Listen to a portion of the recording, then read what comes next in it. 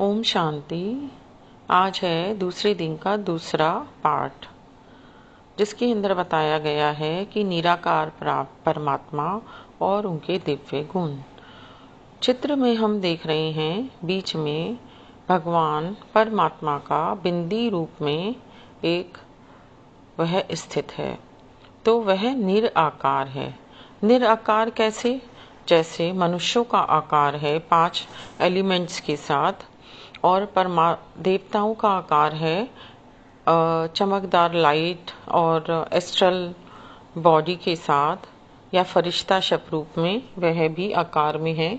लेकिन परमात्मा का कोई आकार नहीं है, वह निराकार में है, बिंदी रूप में है और चमकदार है, जो रेड और गोल्डन लाइट से भरा हुआ है। और उसके चारों तरफ उसके दिव्य गुण का वर्णन किया गया है कि परमात्मा क्या करता है, उसके अंदर कौन कौन से गुण हैं। आज पढ़ते हैं।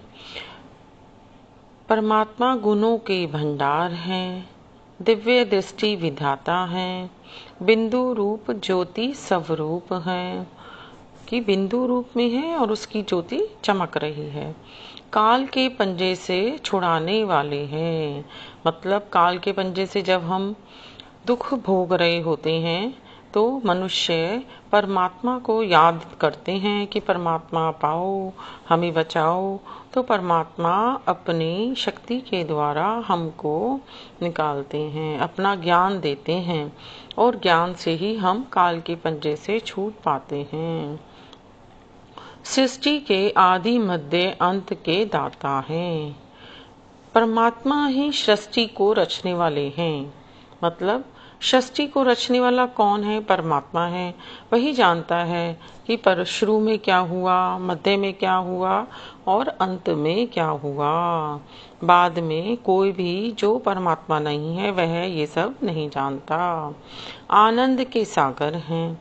वह क्या है? आनंद के सागर है। हर समय हमें प्यार देते हैं, क्योंकि वो हमसे, जैसे एक माँ बाप होते हैं, माँ बाप अपने बच्चों से दिल से प्यार करते हैं, अनकंडीशनल लव करते हैं। इसी तरीके से परमात्मा भी आनंद के सागर हैं, हर समय हमें सिर्फ आनंद देते हैं। जो भी हमें चाहिए होता है या कुछ भी है तो उसका सही मार्ग दिखाने वाले परमात्मा ही हैं। सुख दुख से न्यारे हैं। परमात्मा का कोई आकार नहीं है, जिसके कारण उनको कुछ चाहिए ही नहीं। कोई ना तो सुख उनको महसूस होता है, ना ही वो दुख को महसूस करते हैं, क्योंकि वह पृथ्वी पे आते ही नहीं हैं। इसलिए वह सुख दुख से न्यारे हैं। शांति के दाता हैं, दिव्य बुद्धि के दाता हैं, पतित पावन हैं, सदगति दाता हैं, सबके सुख के दाता हैं, नर से भी नारायण बनाने वाले हैं। जब हमें संगम युग पर ज्ञान प्राप्त होता है तो नर को पता चलता है कि मैं भी एक आत्मा हूँ, तो वह नारायण बनने लायक बन जाता है। रोज मुरली सुनने से नर से नारायण आराम से बना जा सकता है। पत्थर बुद्धि वालों को भी पारस बनाते हैं, मतलब जिनको बुद्धि बिल्कुल ठस हो चुकी है कि नहीं, जो भी है सब संसार ही है, तो उनको भी संगम युग पर ज्ञान दे करके या वो ज्ञान सुन करके पारस बुद्धि बन जाते हैं। ज्ञान अमृत के सागर हैं, सत्य चित आनंद स्वरूप हैं, निराकार हैं। विष्णु द्वारा देवी सृष्टि का पालन करते हैं, मतलब परमात्मा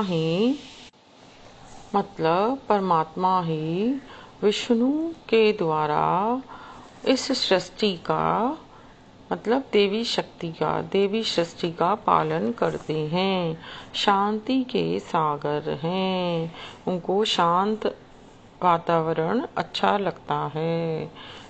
ब्रह्मा विष्णु शंकर के भी रचयिता त्रिमूर्ति हैं, जीवन नैया को पार ले जाने वाले हैं। परम पिता परम शिक्षक व सतगुरु भी परमात्मा ही है। जन्म मरण से न्यारे हैं, प्रेम के सागर हैं, अकाल मूरत हैं, मुक्ति व जीवन मुक्ति के दाता हैं, दुख हरता सुख करता है। मनुष्य सृष्टि रूप वृक्ष के बीज रूप है, कर्मों की गति को जानने वाले हैं। ब्रह्मा द्वारा सतयुगी सृष्टि की स्थापना करते हैं, ब्रह्मलोक के वासी हैं। शंकर द्वारा असुरी सृष्टि का विनाश करते हैं। जैसे ये परमाणु से बनी हुई सृष्टि बनती जा रही है या कोई भी गलत चीजें इस पृथ्वी पर होती जा रही हैं, तो परमात्मा शंकर के द्वारा इसका विनाश करते हैं। तो आज हमने जाना परमात्मा के अनेक दिव्य गुण कि परमात्मा क्या करता है। ओम शांति।